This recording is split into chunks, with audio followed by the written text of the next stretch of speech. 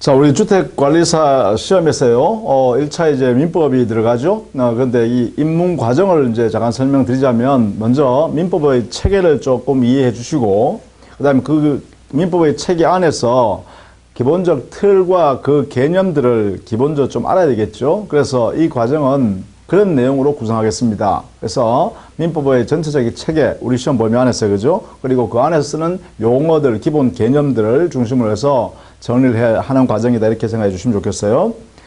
그리고 그걸 전제로 해서 이제 기본 내용과 그다음 문제 풀이 이런 과정을 거쳐서 여러분이 구체적으로 시험에 접근할 수 있다. 이렇게 봅니다. 그래서 이 민법 입문 과정에서는 말 그대로 기본적 체계와 틀이 어떻게 되어 있는가를 여러분이 좀 이해하려고 노력해 주시면 좋겠어요. 이 법이란 것은 아주 체계적인 이 법이기 때문에 체계적으로 공부를 하는 게 가장 좋습니다. 그런데 대부분 다 공부하시다 보면, 시험 공부하시다 보면 그냥 지엽적인 것을 열심히 공부하시다 보니까 전체적인 이 틀을 모르는 상태에서 문제를 접하게 되고, 그렇게 되면 조금 응용 문제가 나오면 어렵다 이렇게 생각이 되겠죠. 그죠? 그래서 기본적 틀을 튼튼하게 하는 것이 아주 좋습니다. 그래서 이 입문 과정을 만들어 놨으니까 여러분이 입문 과정을 통해서 그 체계와 틀, 그리고 그 안에 쓰는 기본적 개념, 용어들 있죠. 이런 것들을 여러분이 잘 정리해 두시기를 부탁드립니다. 자, 그러면 구체적으로 보도록 하겠습니다. 먼저 민법 총칙이죠. 민법은 우리 시험 범위 안에서 보시면 이렇게 시험 범위가 확대되는 바람에 물건을 이용하는 관계 또는 물건을 지배하는 관계인 이 물건, 이건 물건을 지배하는 거예요. 물건 지배. 물건을 대상으로 해서 이렇게 지배해서 이득을 취하는 권리가 이 물건입니다.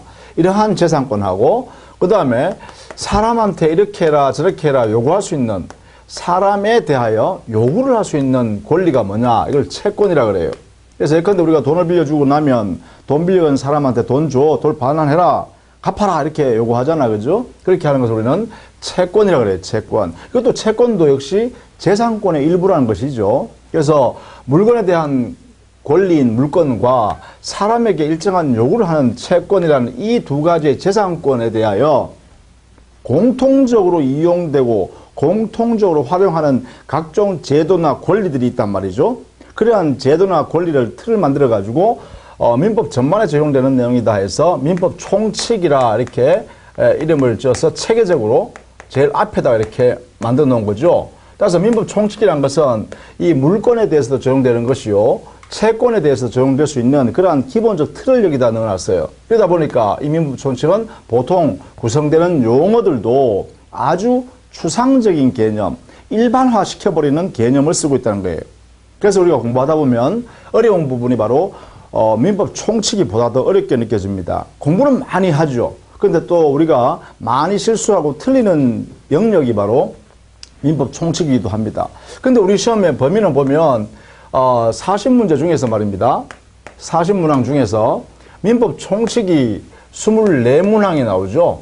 그래서 물권법이 한 8문제, 또 채권법에서 한 8문제 이렇게 출제를 하고 있단 말이죠. 이렇게, 그죠? 그래서 민법 총칙을 철저하게 하지 않으면 이 민법을 안전하게 득점하기가 어렵습니다. 따라서 우리가 민법을 공부하면서 가지고 민법 총칙이 철저하게 공부해야 될 대상이다. 이렇게 우리가 알고 있으면 되겠죠? 자, 이렇게 우리 시험 범위 안에서 틀을 따져본다면은 물건의 지배 권리인 물건과 사람에 대한 요구할 수 있는 권리인 채권의 공통적인 내용으로 다룰 수 있는 민법 총칙, 이 세 파트를 우리 시험에 대상으로 하고 있다는 것이죠. 구성도 이렇게 돼 있고요.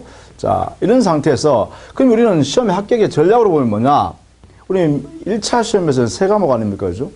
이 3과목 중에서 최소한 여러분이 안전하게 점수를 확보할 수 있는 과목이 최소한 1개 이상은 있어야 됩니다. 예를 들면 3과목 중에 최소한 1과목 정도는 80점 가까이 또는 80점 이상을 받을 수 있는 과목이 있어야 1차 시험에 합격하기가 좋다는 거죠. 그렇다면 그 80점 이상 받을 수 있는 과목이 가장 안정적으로 공부할 수 있는 게 바로 민법입니다. 처음에 공부할 때는 좀 난해하죠. 어렵습니다. 공부할 양도 많고. 그러나 어느 정도 이해를 하고 또 공부를 좀 돼 있으면 이 민법은 점수가 이렇게 진폭이 없어요. 이게요. 어느 정도 이해가 딱 되고 체계화돼 있으면 그 시험의 난이도가 좀 어렵게 나온다, 또 쉽게 나온다 하더라도 큰 진폭이 없는 그러한 득점을 할 수 있다는 것이죠. 그래서 최소한 여러분 전략은 합격 전략이죠. 그러니까 합격 전략은 민법을 80점 이상을 받자. 이렇게 하면 우리가 1차에서 떨어질 일이 별로 없습니다. 이게요. 시설학 개론이든 아니면 회계 원리든 어느 한 과목이 좀 어려워가지고 좀 점수를 과락은 면하고 뭐 42.5나 아니면 45점 이렇게 받았다 하더라도 합격할 수가 있다는 거예요. 이게 그죠? 그러니까 여러분이 이 한 과목은 최소한 여러분이 80점 이상 받도록 노력을 해 주셔야겠어요. 그러려고 그러면 어떻게 하냐? 80점 이상을 받으려고 그러면 아주 많이 반복해야 됩니다. 그러면 보세요. 우리가 보통 합격하기 위한 방편으로서요. 가장 중요한 방법이 뭐냐면 어느 부분을 어떤 내용으로 공부해야 되느냐라는 선택을 잘 해야 됩니다. 선택을. 그럼 선택을 잘했으면요. 반드시 거기에 집중을 해서 공부해야 되죠. 그 선택된 부분을 집중해야만 합격을 할 수 있다는 거예요. 그렇죠? 그러면 이 선택 부분은 그래요. 제가 하겠습니다. 이 교수인 김 교수가 하겠습니다. 제가 김영석 교수인데요. 김 교수가 책임지고 선택을 하겠습니다. 그러면 이것을 여러분 제가 선택해서 강의를 해주면 어떻게 해야겠어요? 여러분 집중해서 그것을 무한 반복입니다. 그죠? 이 집중이라는 것은 무한 반복해서 그 부분을 여러분 것으로 만들 때까지 계속 반복하셔야 돼요. 이렇게 하시면 최소한 여러분은 80점 이상, 최소한 해야죠. 하여튼 우리가 안전장치로서 80점이라는 것이죠. 이걸 갖출 수 있다라는 것이에요. 이렇게 하는 것을 우리는 합격 전략으로 삼고 공부를 하자는 것이죠. 그 공부 대상은 이런 모습이고요. 그 안에서 보면 민법 총칙은 철저하게 해야 됩니다. 24문제니까 이것만 다 맞춰도 60점 넘는 거죠. 60점이죠. 그렇죠? 그래서 민법 총칙을 중심으로 해서 철저하게 하시고 그다음에 물권과 채권은 우리가 강의하는 내용 정도라도 여러분 습득해 가시면 충분하다 이렇게 생각됩니다. 자, 이렇게 공부를 하자. 자, 오리엔테이션 겸 민법 전체 우리 시험 범위를 대상으로 해서 어떤 식으로 공부 대상이 돼 있구나라는 걸 봤습니다. 그래서 구체적으로 이제 민법 총칙부터 하나씩 공부해 나가도록 하겠습니다.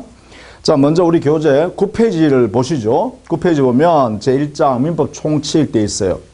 이 교재도 제가 가장 간단하게 그리고 체계적으로만 알려드리기 위해서 기본서 들어가기 전에 말입니다. 가장 간단하게 간편하게 여러분 볼 수 있도록 이렇게 만들었어요. 구성을요.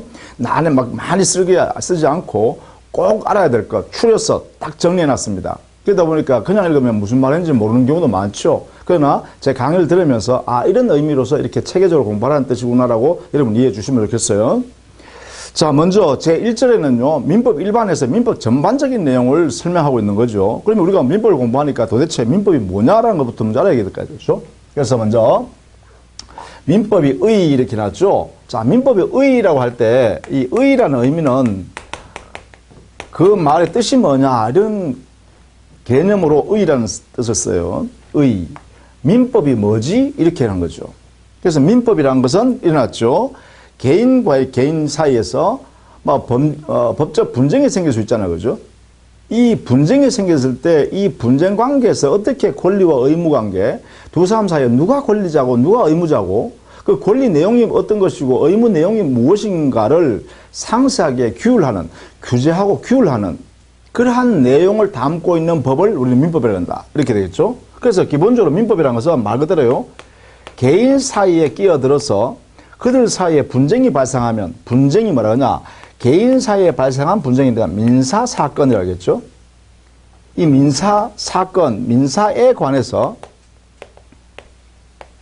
그 민사 문제되는 것을 해결하기 위해서 규율하는 거죠. 이것을 규율하는 거죠. 규율. 그렇죠? 이러한 내용을 규율한다. 그런 내용을 담고 있는 모든 법 체계를 민법 이렇게 해요. 아주 넓은 개념이죠. 그렇죠? 그러니까 실제로는 구체적으로요. 개인과 개인 사이에 끼어드는 법 명문 규정이 뭐 있냐면 민법전이라는 게 있죠. 이렇게 민법전이라는 게 있어요. 보통 이게 민법전은 법 조문이요. 1조부터 1118조까지 있어요. 이렇게. 그러니까 1118개 조문으로 민법전을 법전화 시켜가지고 1조 2조 3조 4조 이렇게 쭉 해놨단 말이에요. 이게 민법전이에요. 우리가 민법전 이렇게 하죠. 그죠? 민법전 이렇게 해요. 그럼 이거는 뭐냐? 형식적으로 딱 고정해놨죠. 그죠? 문장으로 만들어 놓고 그 문장의 내용이 이런 것이다 라고 하는 것이죠. 그럼 이것도 뭐냐? 개인사에 끼어드는 법이니까 민법이죠. 그런데 우리가 추석 때 되면 추석 전으로 보면 성묘도 갔다 오시고 또 벌초도 하시고 이래 하죠. 근데 그 묘소, 조상님이 묻혀있는 묘소에 보면 우리 땅이 아닌데도 불구하고 거기에 남의 땅인데도 이렇게 들락날락 하죠. 왜 날부터 그죠? 아버지 때, 할아버지 때, 그 증조 할아버지 때, 고조 할아버지 때 쭉 이렇게 다녀온단 말이에요. 타인의 땅임에도 불구하고. 근데 남의 땅인데 우리 조상이 거기에 모셔져 있으면 그 남의 땅을 우리가 이용하고 있잖아요. 그런데 거기에 대가도 지급하지 않는단 말이에요. 자, 그러면 남의 토지를 내가 마음대로 우리가 쓰고 있는데, 사용하고 있는데, 그 사용료도 안 주고 사용하고 있단 말이에요. 근데 누가 말 안 해요. 주인도 말 안 해요. 땅 주인도요. 그 이상하지 않나요? 그러면 남의 땅을 내 조상이 묻혀있는 그 분묘 있는 범위 내에서는 일정하게 내가 사용하더라도, 누군가 그 사용하는 권리를 침해하지 않고 오히려 보장하고 있다. 이런 이야기죠? 그러면 그게 여기 있느냐? 이 민법전이 있느냐? 없어요. 이 1118가지 조문 안에 안 돼 있다 이 말이에요. 그런데 거기는 개인의 토지 소유권하고 내가 그 분묘를 수호 봉사하는 내 자손이 이렇게 가서 봉사하고 그 분묘를 이렇게 제사도 지내고 말이죠. 그렇게 토지를 이용할 수 있는 권리가 행사하고 있음에도 불구하고 땅 주인이 소유권을 가지고 이렇다 저렇다 말 안 한다 그러죠. 그러면 그 자손은 바로 그 타인의 토지를 이용할 권리가 있다는 것이잖아요. 법적으로 그죠?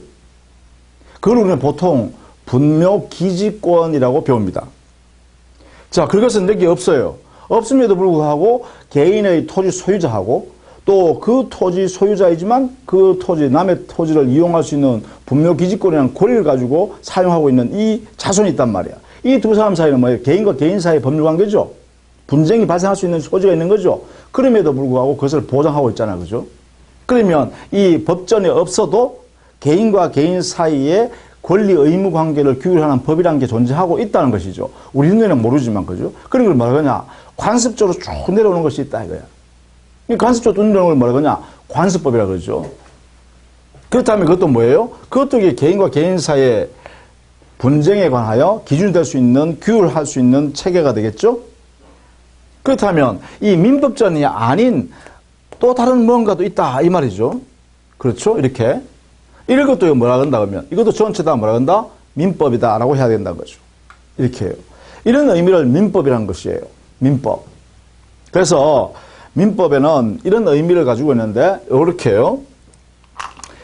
민법전이라고 고착되어서 이렇게 딱 법전으로 만들어 놓은 거 있죠. 이렇게 문장으로 누구나 볼 수 있도록, 읽어볼 수 있도록 이렇게 공포해 놨는, 국가가 공포해 놓는 이러한 법전, 이런 것들을 뭐라 그러냐. 이걸 우리는 형식적으로 우리 눈에 보이게 만들어 놨다 해서 형식적 의미의 민법이라고 해요.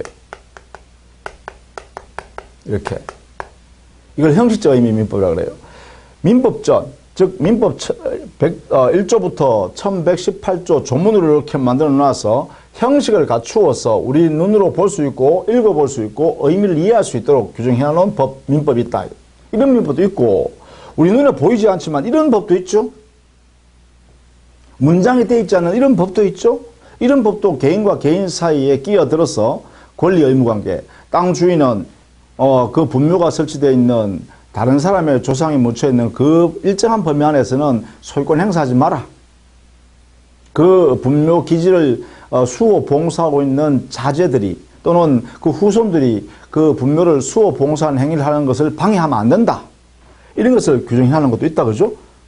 그 관습 같은 거 있단 말이야. 이런 것들을 합쳐서 뭐라 그러냐? 이런 걸 합쳐서 우리는 실질적이다. 그죠? 실질적 의미로서 개인과 개인 사이에 관여되는 법이다. 이렇게 되겠죠? 이렇게. 그러면 실질적 의미 민법은요, 민법전뿐만 아니라 이런 것 다 포함할 수 있는 거죠. 그죠? 이런 내용이 되겠죠. 그래서 형식적 의미의 민법하고 실질적 의미의 민법이라는 이런 민법의 개념을 두 가지를 쓸 수 있어요. 그죠? 이런 민법도 있고 이런 민법도 있다. 그런데 이 두 가지는 반드시 일치하지는 않죠. 그렇죠? 이런 의미를 갖고 있다는 거예요. 그래서 민법이라는 개념은 아주 넓은 의미를 이렇게 쓰는데 뜻에는 그 뜻을 구체적으로 설명하다 보면 형식적 의미 민법이라는 개념도 쓸 수 있고 실질적 의미 민법이라는 개념도 쓸 수 있는데 우리가 공부하려고 하는 것은 뭐냐 하면 이것을 공부하려고 그래요. 실질적 의미 민법이요. 개인과 개인 사이에 규율할 수 있는 모든 법 체계를 전부 다 민법이라고 해석하고 그러한 내용을 해석하는 것을 우리는 실질적이다 이렇게 해요. 실질적이다. 그래서 개인과 개인 사이에 권리와 의무 관계가 발생할 수 있도록 규율하는 것 이런 것이면 모두 민법이라고 하자 이렇게 하는 거예요.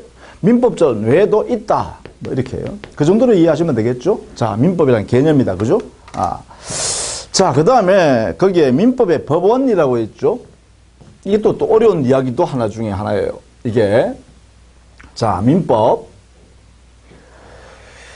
자, 민법이에요. 민법의 법원 이런 개념을 썼어요. 그죠?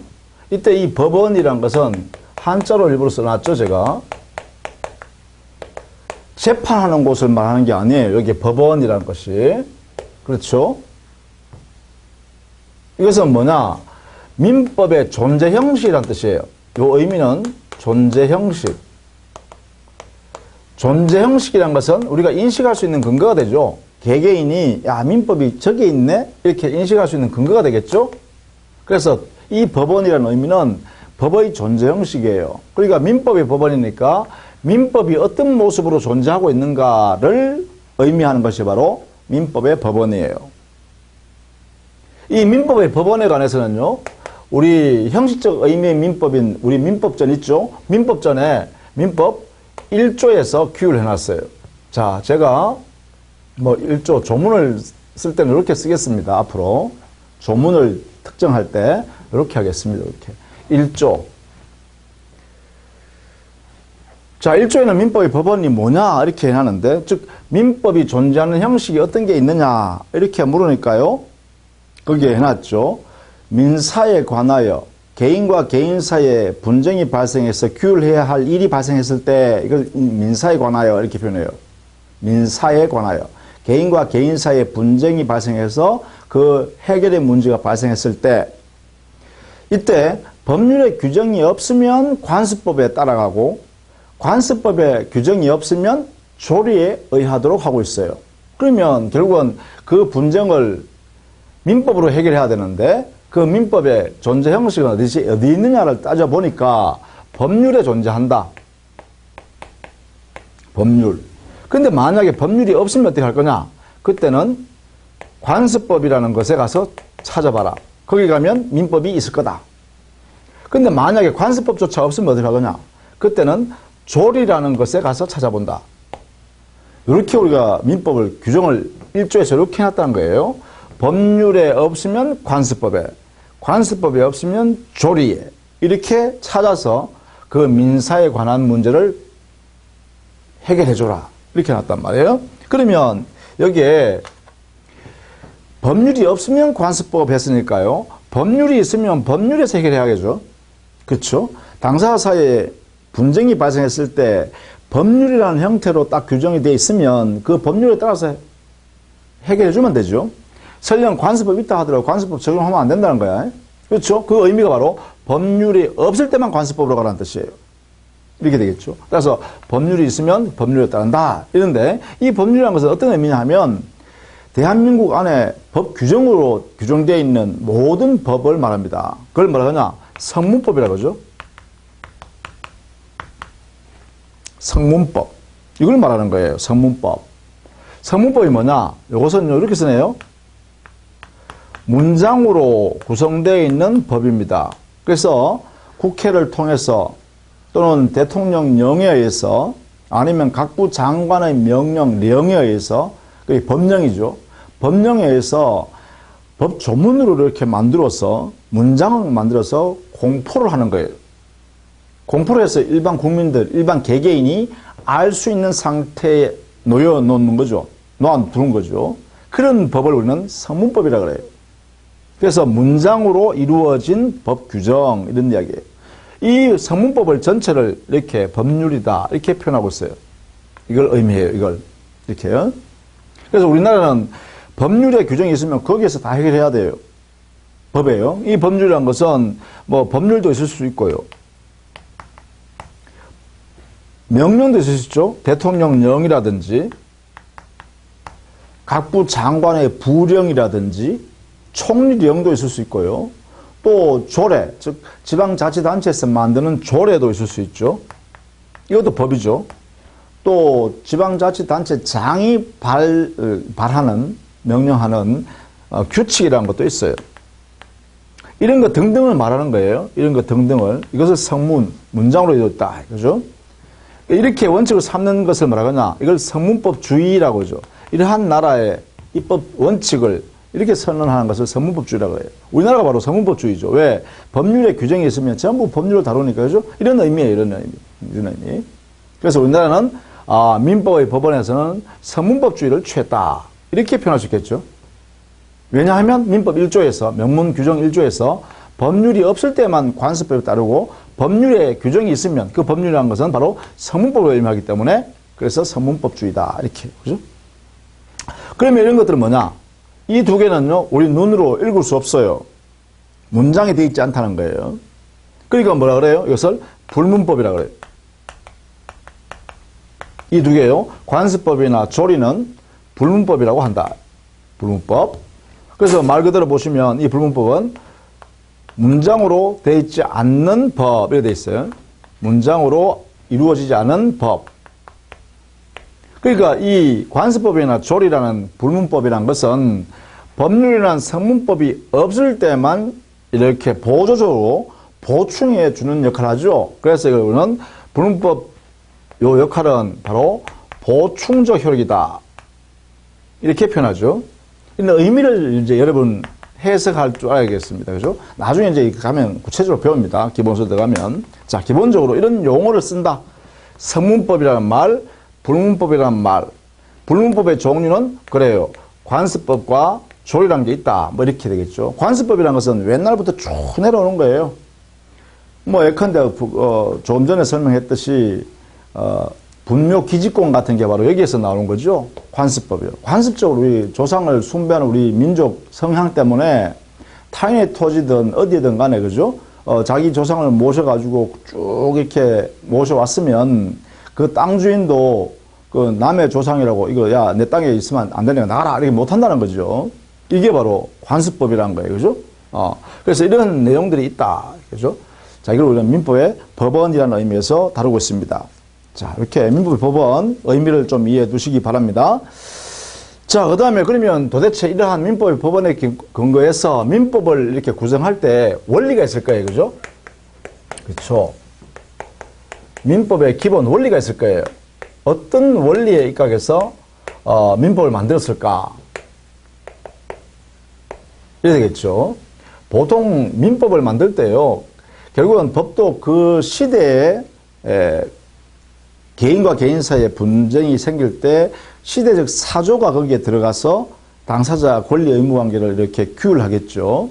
그래서 민법의 기본 원리도 각각 그 시대의 사조가, 그러니까 소위 말하면 그 시대에 팽배하고 있는 그 시대를 지배하고 있는 이념들이 거기에 끼어들겠죠.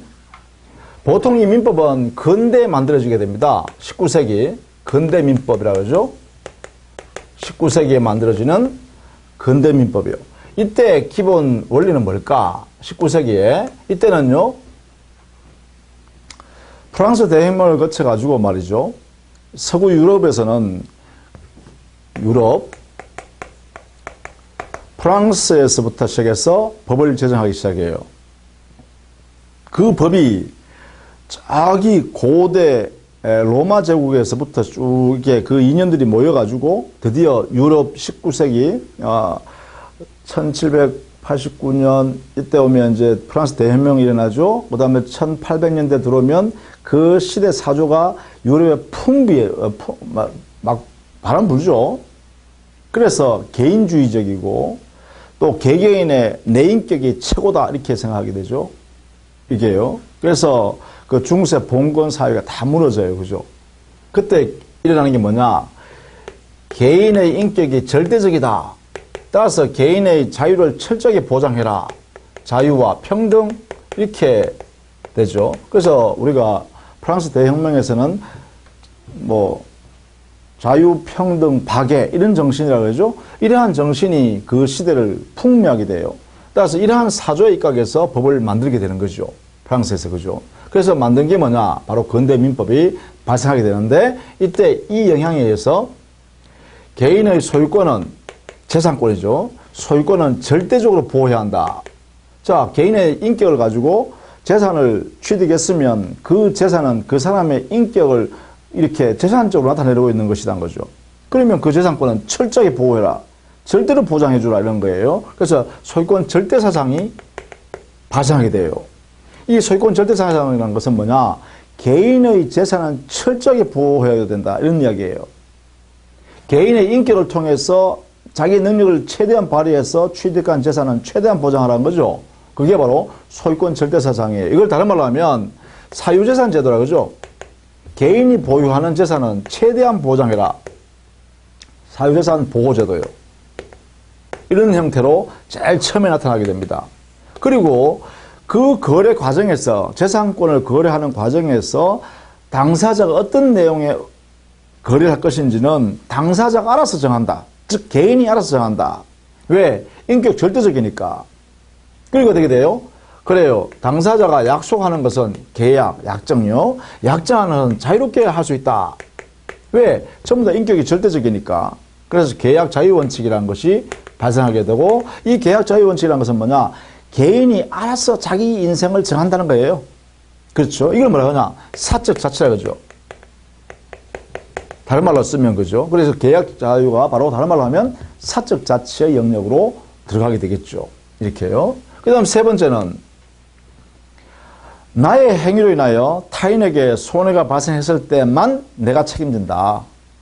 나의 잘못이 없으면 내 옆에 있는 사람이 손해가 발생하든 어떻게 되든 나는 아무런 잘못이 없고 나는 아무런 책임지지 않는다. 내가 최소한 부주의로 인하여 타인에게 손을 끼쳤을 때만 내가 책임진다. 그렇지 않다면 나는 책임질 일이 없다.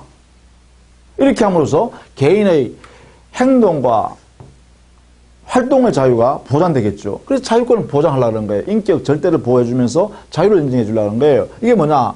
과실이 없으면 책임 안 진다. 따라서 과실, 부주의 때문에 타인에게 손을 끼친다면 그때만 책임진다. 이걸 과실 책임 원칙이라고 그래요. 이게요. 그래서 자기가 잘못 안 하면 책임 안 진다는 거죠. 이게 뭐야? 자기 책임 원칙이라고 그래요. 자기 책임 원리라고 그래요. 내가 잘못했을 때만 내가 책임지는 것이고 내가 잘못하지 않았다면 내가 부주의하지 않았다면 책임 안 진다 이런 거예요. 이런 내용이 바로 근대 민법에 스며들어 있어요. 이렇게 다 스며들어 있어요. 이런 것들이 이렇게요. 재산권 보장하고 재산권 거래 과정에서는 개인이 자유롭게 의사를 자유롭게 결정해서 절대적 인격이기 때문에 그래서 그걸 보장해주면 그렇게 거래가 완성된다는 것이죠. 그리고 내 행위를 할 때도, 행동을 할 때도 내 행동에 의하여 타인에게 손해가 끼쳐졌을 때만 손해배상 책임지는 것이지 나의 행위와 관계없이 나의 잘못이 관계없이 발생한 손해는 나 책임 안 진다는 것이죠. 이걸 우리는 뭐라 하냐? 과실 책임 원칙. 나의 부주의. 이 과실이라는 것이 부주의죠. 나의 부주의 때문에 발생한 손해라면 책임지지만 그 외에는 책임지지 않는다. 따라서 나 책임만 지는 거다. 나 책임만. 이렇게 하죠. 이런 세 가지 원리에 근거해서 법을 제정했다. 이런 이야기예요.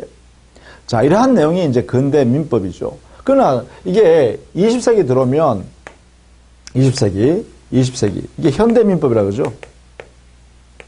현대 민법에 들어오면 이게 많은 내용이 수정이 이루어집니다. 수정. 이 내용들이 전부 다 수정되어져요. 수정. 왜냐하면 이 사상이요. 기본 원리가 개인은 인격이 절대적으로 똑같은 능력이기 때문에 절대적 자유와 절대적 평등이에요. 그래서 모든 사람을 그대로 두라는 거예요. 아무도 이렇게 규율 대상 삼지 말고 내버려 둬라. 인격이 절대적이니까. 그랬는데 알고 보면 사실은 사람의 능력은 개별적이잖아요. 능력이 뛰어난 사람도 있고 좀 부족한 사람도 있죠. 그래서 이런 원리의 시각에서 보다 보니까 능력이 뛰어난 사람은 뭐예요? 부를 어마어마하게 축적하더라는 거예요. 그런데 능력이 좀 부족한 사람은요, 부를 형성할 수 없다는 거예요. 그러니까 어떻게 돼요? 여기서 바로 사회적으로 분쟁이 많이 생길 수 있겠죠. 어떻게 해요? 부자는 더 부자가 되고 가난한 사람은 더 가난해지죠. 이게 오늘날의 현상이기도 해요. 그죠? 사실 우리나라도 지금 이런 현상이 발생하죠. 이게 잘 사는 사람은 너무 잘 살고 못 사는 사람 점점점 더 못 살게 되는 이런 과정이 생기잖아요. 그죠? 이걸 우리는 보통 뭐 빈익빈 부익부 이렇게 표현하죠.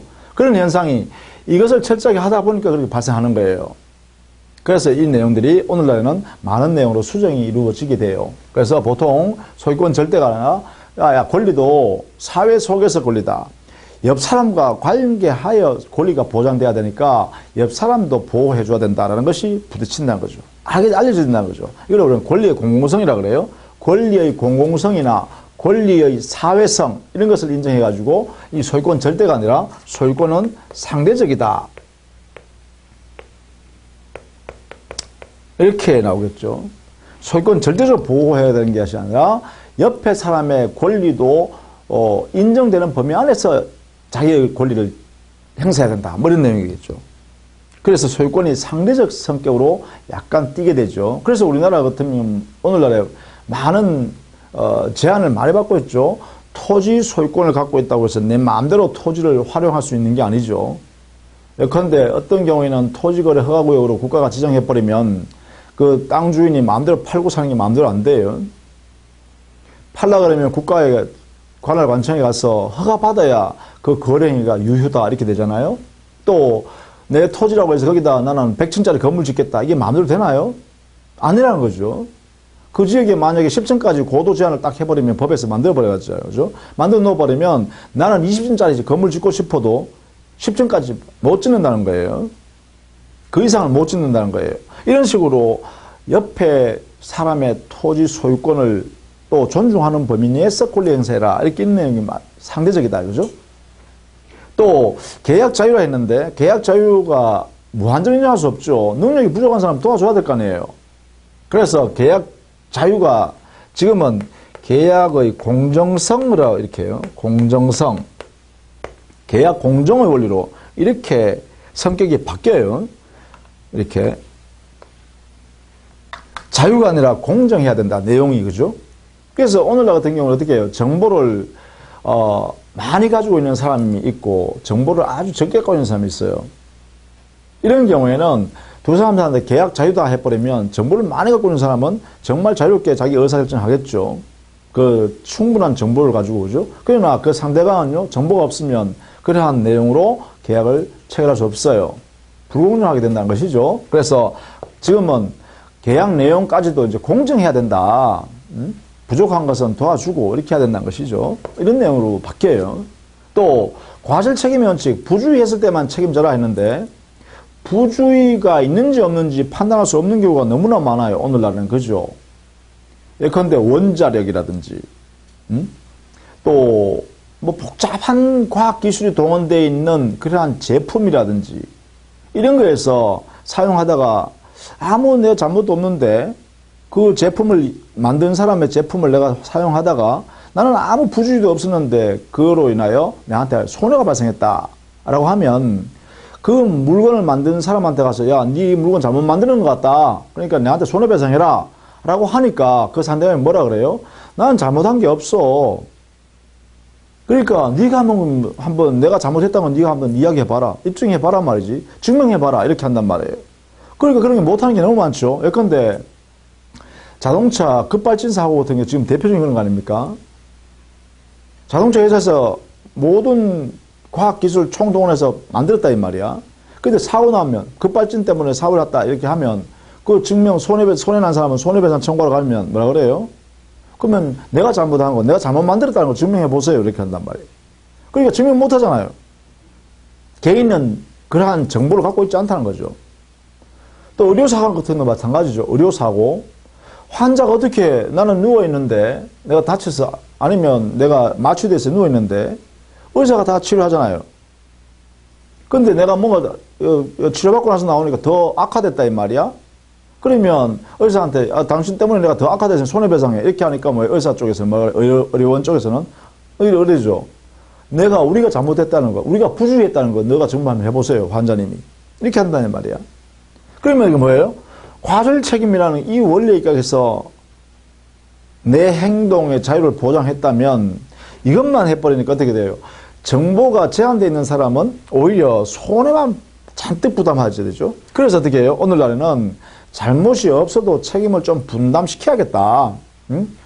이렇게 이제 위험을 좀 이렇게 분산시킬 필요가 있죠. 손해를 일방적으로 손해보라 할 수 없잖아요. 그래서 이게 무과실이 있어도, 즉 과실, 부주의가 없는 경우일지라도 책임을 져야 할 그러한 부분이 점점점 많아져요. 이걸 수용할 수밖에 없다는 거예요.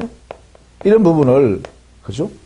그러니까 과실 책임의 원칙을 버려버리는 건 아니지만 무과실 책임, 자기의 부주의가 없는 경우라 하더라도 손해가 발생할 그러한 내용이라면 그것은 손해를 분담한 차원에서 배상할 책임을 인정할 필요가 있겠다. 그래서 무과실 책임이라는 이러한 내용으로 수정된다는 거죠. 이렇게 해요. 그래서 민법의 기본 원리도 이렇게 시대 사조에 따라서 조금 바뀌었단 말이에요. 그러면 현대민법에는 왜 그럼 이렇게 바꿔주냐? 결국은 사회란 것은 함께 더불어 살아가는 곳이잖아요. 그러면 어떻게 돼요? 함께 더불어 살아가려고 하면 어떻게 돼요? 잘 사는 사람만 잘 살면 안 된다는 거예요. 아주 못 사는 사람도 도움을 받아서 살아갈 수 있는 그러한 내용이 되어야 된다는 거죠. 사회가. 그죠? 그래서 뭐래요? 뭐 우리는 보통 그런 것을 우리는 공공복리 뭐 이렇게 하죠. 모든 사람이 함께 더불어 잘 살 수 있도록 하자. 이렇게 표현하죠. 그래서 오늘날에는 공공복리라는 사조가요. 이런 것이 팽배하죠. 이런 것들이 점점 강해지죠. 그러다 보니까 어떻게 해요? 이런 내용으로 수정을 요한다라는 것이에요. 그래서 근대민법에는 이렇게 개인이 인격 절대라 해가지고 자유평등 절대적 자유예요. 절대적. 누구도 침범하지 못하는 그런 이야기였다는 거죠. 그런데 오늘날에는 어떻게 해요? 함께 더불어 잘 살아보자. 이런 내용으로 자꾸 변화됐다는 것이죠. 그럼 이런 사조가 변화되니까 어떻게 돼요? 그 원리도 그런 내용을 담게 된다는 것이죠. 그 안에. 자, 이렇게 변화되는 것을 우리는 민법의 기본 논리라 해서 우리가 나중에 구체적으로 좀 배울게요.